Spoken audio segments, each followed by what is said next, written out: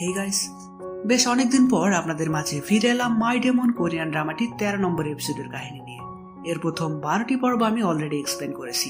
সেই ভিডিওগুলো আপনারা না দেখে থাকলে ডেসক্রিপশন বক্সে ভিডিওগুলোর লিঙ্ক দেওয়া আছে, সেখান থেকে আগের ভিডিওগুলো দেখে নেবেন। তো চলুন আর বেশি কথা না বাড়িয়ে শুরু করা যাক আজকের এক্সপ্লেন ভিডিও। শুরু করার আগে আমি রিফার আছি আপনাদের সাথে। স্বাগতম আমার চ্যানেলে বিএম দা এক্সপ্লেইনার।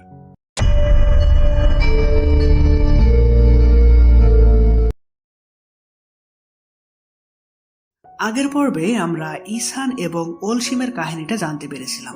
এছাড়াও একদম শেষে আমরা দেখেছিলাম দহির বাবার মৃত্যুর জন্য আসলে গুয়ান দায়ী। তো 13 নম্বর এপিসোডের শুরুতে দেখা যায় গায়ং এর পারফরমেন্স দেখার পর দহিকে নিয়ে গুয়ান তার অফিসে আসে। সেখানে তারা খুবই রোমান্টিক মুহূর্ত উপভোগ করে। আর গুয়ান মনে মনে ভাবে, অতীতে আমি দহিকে বাঁচাতে পারিনি, আমি হয়তো এই জন্মে দ্বিতীয় সুযোগ পেয়েছি ওকে ভালো রাখার। এসব ভেবে সে দেখা করে ঈশ্বরের সাথে। গুয়ান বলে, আমি চাই এই জন্মে যেন দহির সাথে খারাপ কিছু না হয়, আপনি আবার ওকে কোনো বিপদে ফেলবেন না তো। ঈশ্বর বলে, কার সাথে কি হবে না হবে সেটা আমি তোমাকে বলবো না, তবে দুঃখ জিনিসটা না থাকলে মানুষ সুখের মর্ম বোঝে না। গুয়ান তখন আর কথা না বাড়িয়ে সেখান থেকে চলে আসে। তো পরের দিন গুয়ান দহির অনেক কেয়ার করতে থাকে, যেন সে কিছুতেই কষ্ট না পায়। দহিও বেশ খুশিতেই থাকে। তবে তারা যখন অফিসের উদ্দেশ্যে রওনা দেয়, তখন রাস্তায় একটা অ্যাক্সিডেন্ট দেখে দহির তার বাবা মায়ের কথা মনে পড়ে তার মন খারাপ হয়ে যায়। এমনটা দেখে গুয়ান দেখা করে শকুনের সাথে। সে বলে, আমি সব সময় ওকে খুশি রাখতে চাই, তুমি তোর ব্যাপারে সবকিছু জানো, আচ্ছা ও হুটহাট এমন ভয়ে ভয়ে থাকে কেন? শকুন তাকে বলে, দহির বাবা মা যখন বেঁচে ছিল তখন ওর জীবনে দুঃখ বলতে কিছু ছিল না, কিন্তু বাবা মাকে হারিয়ে ও সম্পূর্ণ একা হয়ে পড়ে। তাদের মৃত্যুর পর প্রথমে ওর এক আত্মীয় ওকে দত্তক নিয়েছিল, কিন্তু তারা ওর বাবার সব সম্পত্তি লুটে নিয়ে ওকে বাড়ি থেকে বের করে দেয়। তারপর ম্যাডাম জু তাকে দত্তক নেয়। দহিকে যখন প্রথমবার আমাদের বাড়িতে দেখেছিলাম তখন ও খুবই দ্বিধার মধ্যে ছিল যে আবার হয়তো ওকে বের করে দেওয়া হবে। এরপর ধীরে ধীরে ও যখন আমাদের পরিবারের সুখ জিনিসটা খুঁজে পেল, তখন ম্যাডাম জু ওকে একা করে দিয়ে চলে গেল। ওর জীবনে এভাবে দুঃখ জিনিসটা লেগেই আছে। সবটা শুনে গুয়ান বুঝতে পারে এজন্যই তাহলে দহি খুশি জিনিসটাকে ভয় পায়। তো যাই হোক, এরপর আমরা দেখি মিস শিন পার্কের সাথে ঘুরতে গেছিল। ফেরার সময় সে পার্কে সানল ফাউন্ডেশনে ড্রপ করে দেয়। গাড়ির ভেতর পার্ক বলে, তুমি কাজের চাপে ঠিকঠাক খাওয়া দাওয়া করো কিনা, তাই আমি তোমার জন্য লাঞ্চ বক্স এনেছি। কিন্তু কথায় কথায় সে ভুলে সেটা তাকে না দিয়েই সানল ফাউন্ডেশনে ফিরে আসে। এরপর যখন তার খেয়াল হয়, তখন সে ঠিক করে খাবারগুলো মিস শিনকে সে দিয়ে আসবে। সেই মতন সে আবার সেই রকম ছদ্মবেশ অর্থাৎ হেলমেট পরে দহির অফিসে যায়।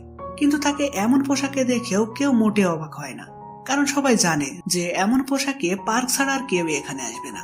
তো সে শিনের কাছে গিয়ে যখন খাবারগুলো দিতে যাবে, তখন সেখানে হানরা চলে আসে। তাদেরকে দেখে মিস শিন পার্কের সাথে ঝগড়া করার অভিনয় করার চেষ্টা করে, যেন তাদের রিলেশনের ব্যাপারে কেউই বুঝতে না পারে। এরপর শিন খাবার না নিয়ে সেখান থেকে চলে গেলে হানরা ভাবে পার্ক হয়তো তাদের জন্য খাবার এনেছে, তাই তারা সেই খাবারগুলো তার থেকে নিয়ে নেয়। এদিকে সোকমিন হঠাৎ দহিকে ফোন করে একটি ডিনারে অংশ নেওয়ার ইনভাইট করে, যেখানে তাদের পরিবারের সকলে উপস্থিত থাকবে। দহি তার প্রস্তাবে আপাতত হ্যাঁ না কিছুই বলে না। অন্যদিকে দেখা যায় গুয়ান যেহেতু আর নতুন কোনো কন্ট্রাক্ট করেনি, তাই তার আঙুলে আবার আগুন লেগে যেতে থাকে। তাই সে একটি লোকের কাছে যায় যার সাথে সে কন্ট্যাক্ট করতে পারবে। সেখানে তার সাথে নাম্বার 2 এর দেখা হয়ে যায়। তার কন্ট্যাক্ট করার দৃশ্য নাম্বার 2 দেখে ফেলে, ফলে গুয়ান তার আসল পরিচয় তাকে বলে দেয়। এতে তারা ভয় পাওয়ার পরিবর্তে বরং খুশি হয় যে তাদের বসের এত ক্ষমতা রয়েছে। এখানে গুয়ান তাদেরকে বলে এসব গুন্ডামি মারপিট বাদ দিয়ে ভালো মানুষের মতন কোনো জব করতে। তাদের বস যেহেতু এমন কথা বলেছে, তাই তারা তো সেটা অবশ্যই পালন করবে। তারা নতুন কি জব শুরু করে সেটা আমরা পরে দেখতে পাবো। তো এদিকে আমরা গায়ং এর মাকে দেখি, সে ছেলের মৃত্যুর কথা কিছুতেই ভুলতে না পেরে মানসিকভাবে খুবই ভেঙে পড়ে। তাকে আমরা অনেকগুলো ঔষধ খেতে দেখি, মানে ডিপ্রেশন দূর করার যে ঔষধ আছে আর কি। তো সে কিছু একটা চিন্তা করে তার স্বামীর লকার খোলে এবং সেখান থেকে বিভিন্ন গোপন গুরুত্বপূর্ণ কাগজপত্র একটি ব্যাগে ভরতে থাকে, মানে এসব পুলিশের কাছে দিয়ে সে হয়তো তার স্বামীকে ধরিয়ে দিবে। লকারে সে ডেমন লেখা একটি সবুজ রঙের বই দেখতে পায়, অর্থাৎ গুয়ানের ম্যানুয়াল বুকটি। বইটি দেখে সে উল্টে পাল্টে পড়তে শুরু করে, আর সেই মুহূর্তে তার স্বামী অর্থাৎ সোকমিন রুমে প্রবেশ করে। সোকমিন রেগে বলে, আমার লকারের পাসওয়ার্ড তুমি জানলে কিভাবে? আমার সম্পর্কে আর কি কি জানো বলো। এরপর সে তার সাথে ঠিক কি করে সেটা আমরা একটু পরেই দেখতে পাবো। তো অন্যদিকে দহি সোকমিনের আয়োজন করা ডিনারে যাবে বলে ঠিক করে। যাওয়ার সময় সে গুয়ানকেও সাথে নিয়ে যায়। সেখানে তারা যখন সকলেই ডাইনিং টেবিলে বসেছিল তখন দো গিয়ং এর মা খাবার নিয়ে আসে। তখন আমরা তার হাতে ক্ষত লক্ষ্য করি, মানে সোকমিন তাকেও দো গিয়ং এর মতন শাস্তি দিয়েছে। আর তার হাতের এই অবস্থাটা কেউ খেয়াল না করলেও গুয়ান খেয়াল করে। তো সোকমিন সবাইকে জানাই, আমি আমাদের কোম্পানিকে আরো বড় করতে চাই, সেজন্য আমি চাই তোমাদের সবার শেয়ার আমার কাছে বিক্রি করে দাও।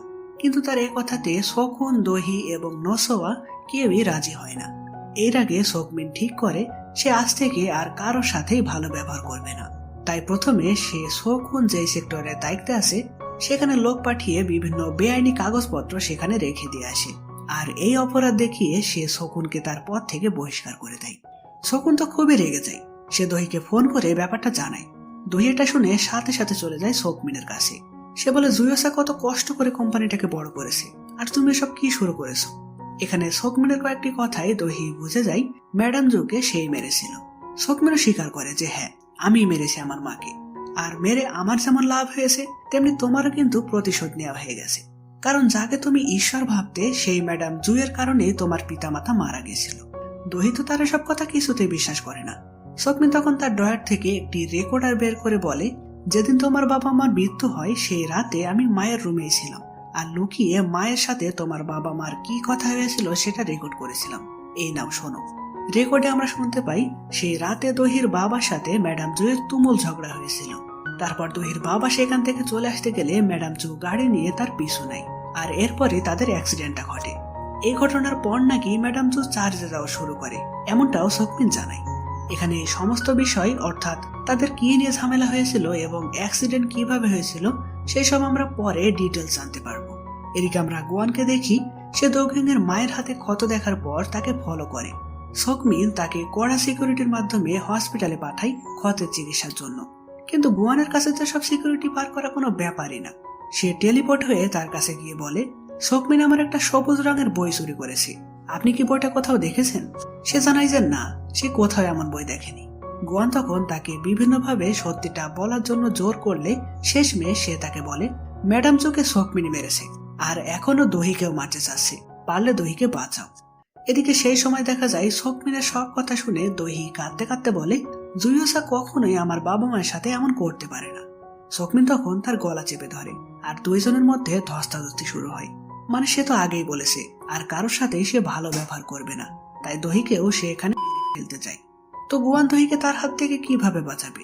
আর এখানে এমন একটা কাহিনী ঘটতে চলেছে যার কারণে গুয়ান বিপদে পড়তে চলেছে। কি সেই কাহিনী সেটা দেখতে আপনাদের পরের এপিসোডটি দেখতে হবে, কারণ আজকের এপিসোডটি এখানেই শেষ হয়। তো গাইস, কেমন লাগলো আজকের পর্বটি কমেন্ট করে জানাবেন। আর পরবর্তী এপিসোডের কাহিনী দেখতে এখনই আমাদের চ্যানেলটি সাবস্ক্রাইব করে আমাদের সাথেই থাকুন। তো দেখা হচ্ছে তাহলে পরের ভিডিওতে। ততদিন পর্যন্ত ভালো থাকবেন, সুস্থ থাকবেন।